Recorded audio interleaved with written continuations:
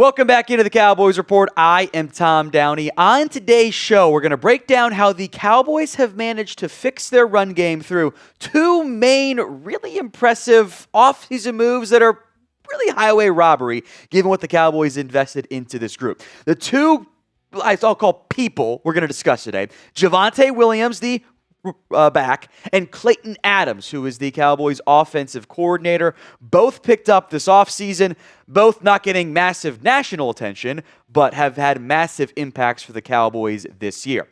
I'm a big fan of this video. I think it's super fun, super engaging. So help us out on today's show. If you want more types of in-depth analysis like this, help us out by sharing today's video on social media. Free, simple, easy to do. Let's see if we can't break our share record, which is about 100 this month.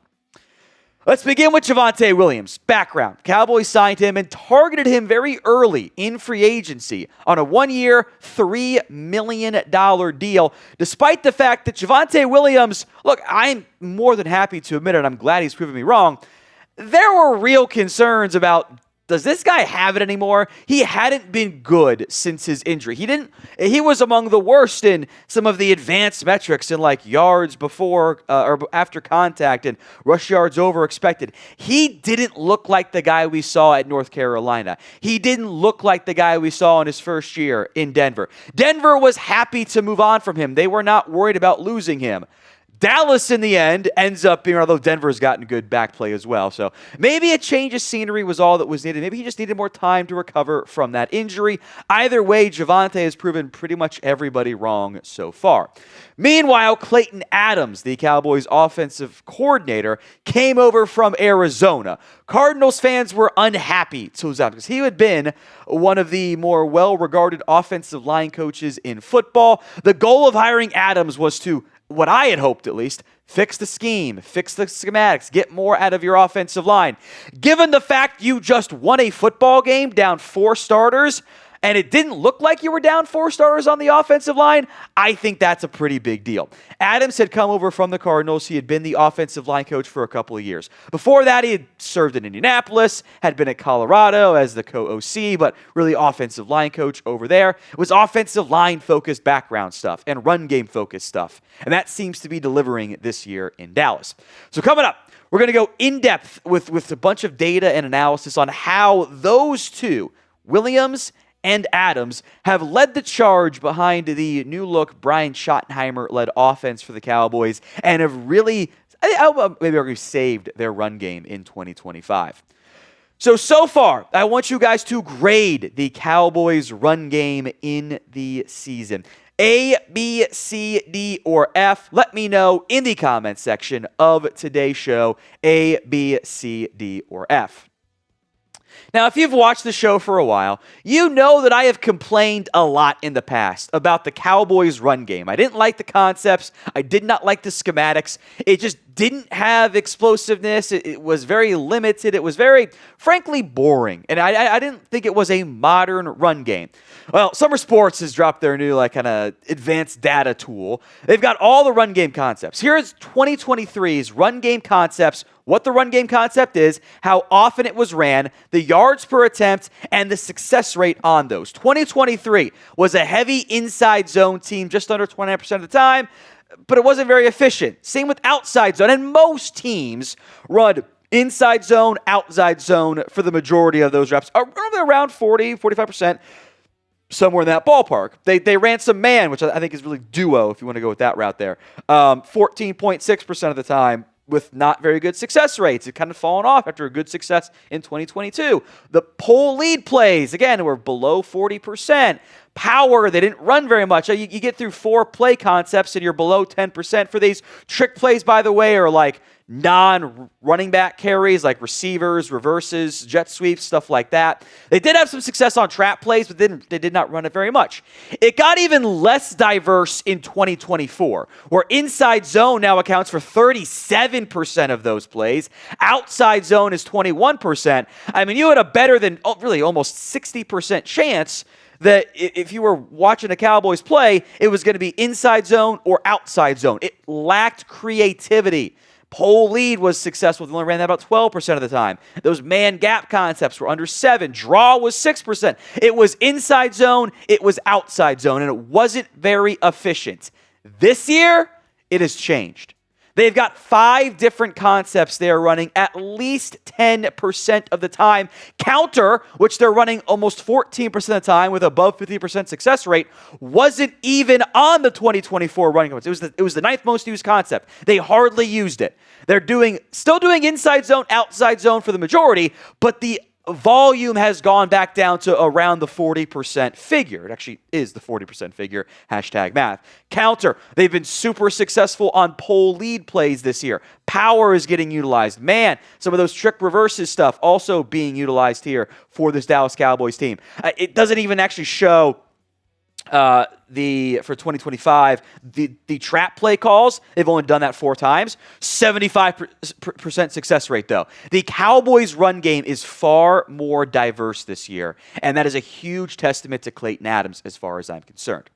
A lot more to come on today's show, but today's video is made possible by Chubbies. Their fall collection just dropped, and it's packed with cozy gear that brings the metaphorical and real heat. There's the new Comfort collection featuring the Everywhere Jogger. It's the perfect pant for impromptu naps, weekend errands, everything else in between. You guys can get 20% off your order with code CHATSPORTS at chubbyshorts.com/chatsports. They've also got the original stretch short. It can live on your legs. They're available in long, short, and way short. And they come with a relaxed fit, elastic waistband, and no fuss design. Pair them, or pair the joggers, with the Chubbies Performance Polo, and you are good to go for a brunch, backyard party, or accidentally crashing a wedding, although maybe we're not crashing fall weddings because we don't like those. Whether you're layering up for tailgates, lounging through lazy Sundays, or leaning fully into fall comfort, Chubbies has you covered. For a limited time, they're giving you 20% off your order with code CHATSPORTS at chubbyshorts.com/chatsports. That's code CHATSPORTS at chubbyshorts.com/chatsports. Support the show and show your thighs some respect with Chubbies. We went back, and you can go look at the video of, I was hoping the Cowboys had fixed their big issue of being able to run the ball when teams dared them to. These are the numbers against light boxes over the last 4 seasons. The light box, by the way, defined as 6 or fewer players in the box. Well, you've got 5 offensive linemen, you got the quarterback, you got the running back. That is a run look. When you face a light box, you should be able to have success running the football. The numbers are in your favors. Dallas hasn't been very good in that. They've been hovering around 5 yards per carry.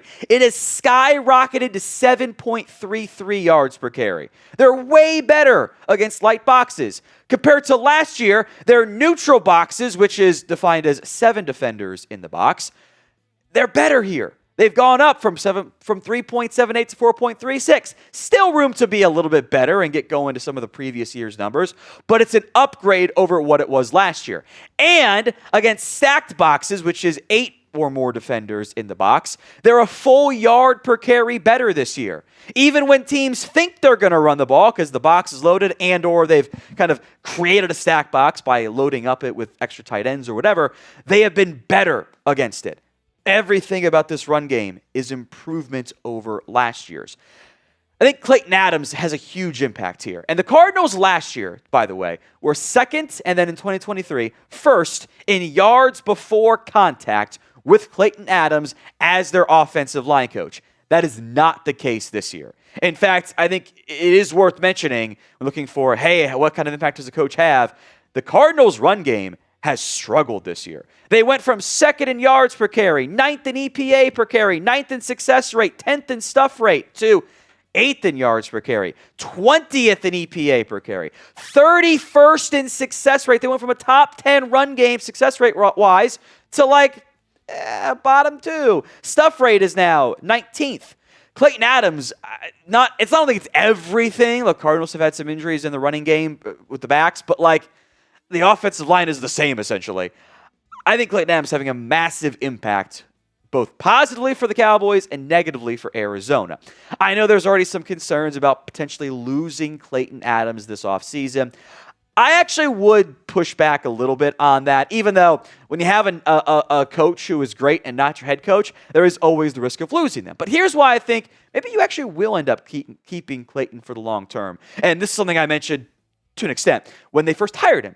The only way you're going to lose Klayton Adams, outside of not keeping him or not extending him, is via head coach promotion. You can block all other offensive coordinator requests, interviews, etc., everything else on that front. That is the only way you're going to be able to lose him as the head coach, or as the OC, with the Dallas Cowboys. He's also a non-play calling offensive coordinator. And frankly, history tells us those guys don't generate as much interest. They also don't generate as much interest when you are a run game / offensive line focused guy. NFL teams, the decision makers, they love the passing game and the quarterbacks, and the run game guys, the O-line guys, they don't get as much interest. That's why Philly's O-line coach doesn't generate nearly as much interest.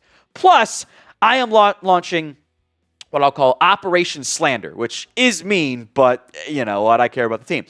I want you guys to get on board with this. And any chance he gets, whether it's in the comments of today's show, on social media, just comment falsehoods about Klayton Adams to make sure he stays in Dallas. Like, they don't have to be like wildly over the top, but stuff like he doesn't think dogs are nice, like he hates dogs, like stuff like that. Just like make sure other teams and fan bases don't actually want to get him.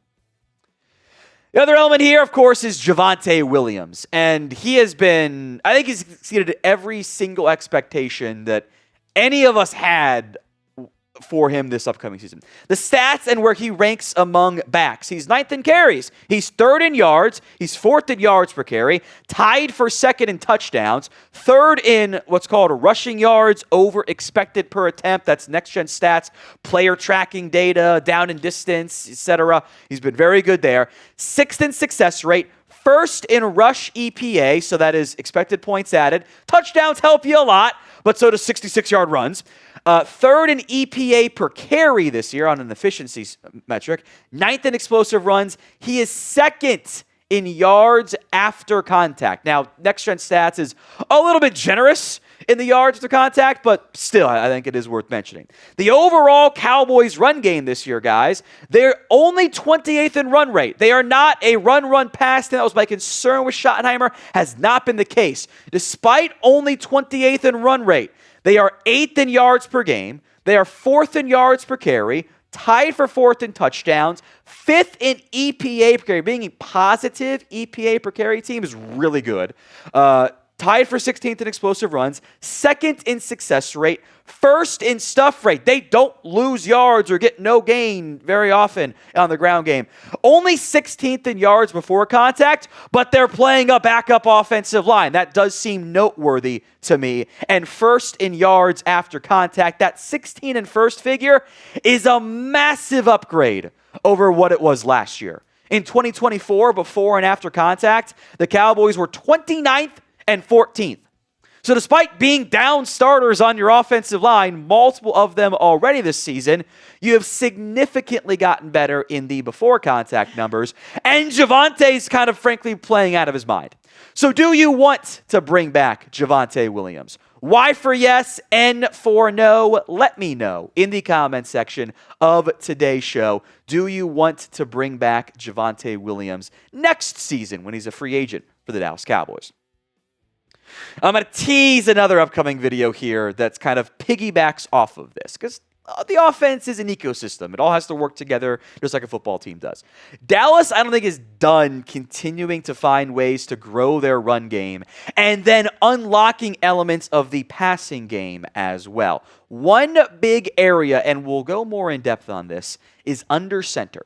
And you can look around the NFL. Look, football is a cyclical sport.